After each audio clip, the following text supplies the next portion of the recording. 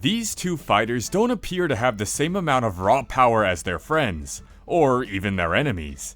But they more than make up for it in other ways, with their extremely creative combat, their super intelligent strategies, and the fact that they're just amazing comic reliefs. Plus, they have the best relationships in their series, so they're both already winners in my eyes. It's Sokka of the Water Tribe from Avatar: The Last Airbender versus Aoki Masaru from Hajime no Ippo.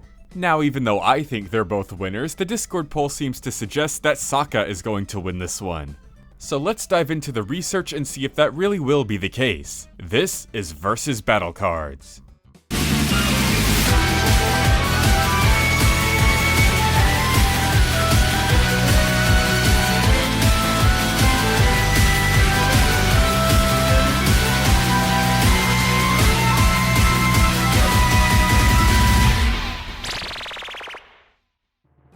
Though Sokka may not be a bender like Aang or the rest of Team Avatar, he's still pretty armed to the teeth. He has a club for clubbing, a spear for spearing, and a machete for macheting. And even though it's not his preferred method of combat, Sokka can indeed throw hands. He even learned a few takedowns from his girlfriend Suki. But we of course can't forget to mention the most iconic parts of his arsenal, his space sword, which was forged from a meteorite. He was even trained professionally on how to fight with it, and is very creative when he does so.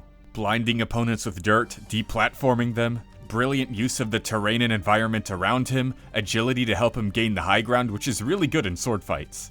And of course, last, but certainly not least, Sokka's trusty boomerang, which always comes back.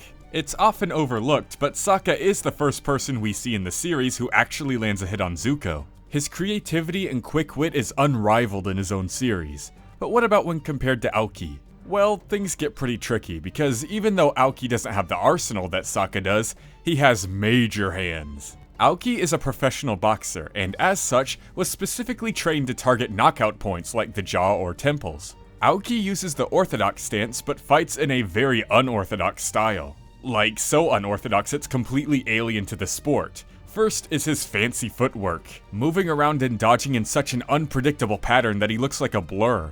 Then he has many creative techniques, like playing dead, where even though he has his guard up and is blocking hits, he acts as if he's still taking all the damage and is getting weaker, fooling his opponents into overconfidence, leading them to drop their own guard. Then there's his iconic frog punch, where after dodging an opponent's attack, he nearly drops to his knees and leaps back upwards with a spring-loaded strike. And last but not least, his ultimate attack, the look away.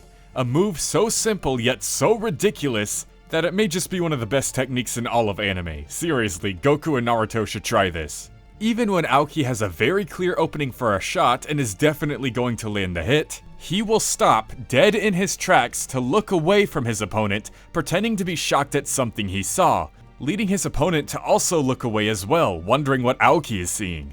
This leaves them completely open to taking a hit more powerful than the one they were already going to take. And you'd think this trick would only work once, but no, it works multiple times, even against one of the most focused and technical boxers. And it would have kept working again and again if there wasn't eventually a real distraction that kept his opponent from looking away. However, even with how creative Aoki is with his hands, there's still just hands. And his techniques do nothing more than standard physical damage. Nothing quite comparable to the slicing of Sokka's sword or the range of his boomerang, so Sokka wins the arsenal category. Let's see what the YouTube predictions are thinking though.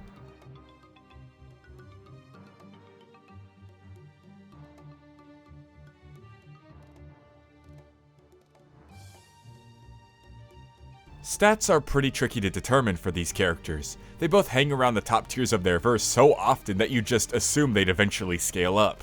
However, they're both constantly portrayed as inferior, so they should be evaluated on their own. And I don't mean inferior in a disrespectful manner. I just mean Sokka doesn't have bending abilities and Aoki doesn't box in the typical way. For Sokka, he should not scale up to Avatar's lightning speeds. Only the tippy-top tier characters of the verse have been able to deal with this technique, and even then they still have trouble occasionally. Sokka's own sister, who actually does have bending abilities, was caught completely off guard by a strike of lightning once, and only survived due to Zuko's sacrifice. The highest we can get for something Sokka does directly is when he catches Combustion Man off guard with his boomerang and defeats him, who can attack at speeds that create sonic booms. Now when it comes to Aoki, even though he's commonly portrayed as inferior, he's not quite in the same boat as Sokka. See, the fastest speed feat in the Ippo verse is when Miyata punches faster than the speed of sound, creating a sonic boom. And while Miyata is portrayed as a prodigy or top tier of the verse, most of the rest of the cast, including Aoki, can evenly spar with him on a regular basis. The fact that they were even able to perceive Miyata's punch from the sidelines in the audience is already enough to confirm that reaction speed. So Sokka and Aoki are tied here at supersonic. Strength is pretty similar. For Sokka, yes, the Avatar series does have town and even city level feats, but these are only reserved for the top tiers, Aang when he's in the Avatar state, and the Firebenders when they're powered up by Sozin's Comet, which only comes once every 100 years. Outside of those buffed moments, the average bender seems to only be able to withstand around building levels of power. For example, a lightning strike which can reach these levels of power is considered fatal, and Zuko barely survived an assassination attempt where a Fire Nation warship exploded. But that's when they're still benders. The non-benders have it even worse.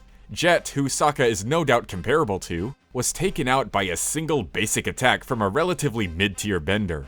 And though Sokka did defeat Combustion Man, he only did so by hitting his weak spot, so small building level seems acceptable. For Aoki, though he's seen as inferior to his peers, the same rules as his speed should still apply here, where he's able to scale up through regularly sparring with them. He especially takes tons of abuse from Takamura, who is able to defeat a giant black bear that could shatter trees with a single swipe, and he should be on par with Ippo, who could survive a 2-ton collision with Kojima and whose punches mixed with Sendo's could send shockwaves throughout the entire boxing stadium. Another tie for Sokka and Aoki at small building level. Let's see if the Discord predictions have any thoughts on this.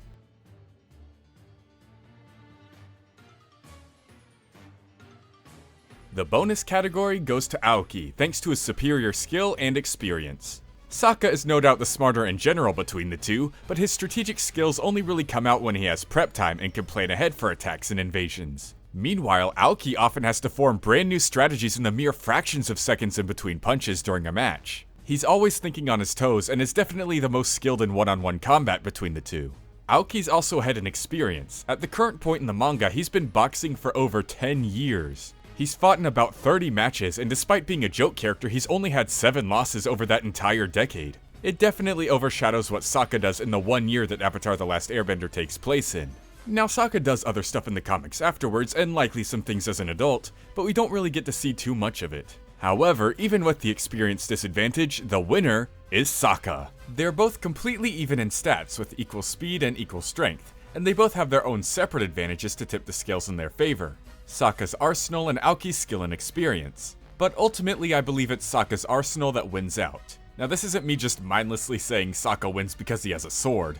Plenty of pure brawlers in fiction are able to defeat sword fighters and other weapon users of equal strength. But when it comes to more grounded characters like this, I think it does play a factor. It gives Sokka a higher number of attacks and ways to do damage, and it also gives him greater range, letting him keep Aoki at bay when fighting defensively and letting him close the gap when fighting offensively. And think about it, if Sokka gets caught off guard and takes one of Aoki's strongest hits, he'll be dizzy and maybe knocked out for a few seconds. If Aoki gets caught off guard and takes one of Sokka's strongest hits, he's losing a limb, losing his head, or getting impaled all the way through. I think it's pretty clear who wins in that scenario. But let me know what you guys think, and thank you for predicting in this episode. And be sure to predict the next battle, which I'll announce in a second. You can predict it with a comment down below, a comment in my Discord server, voting in the Discord poll, or making a video prediction. So, this time we had 2 relatively grounded in comparison to the rest of their universe characters, but next time we're going a bit crazy.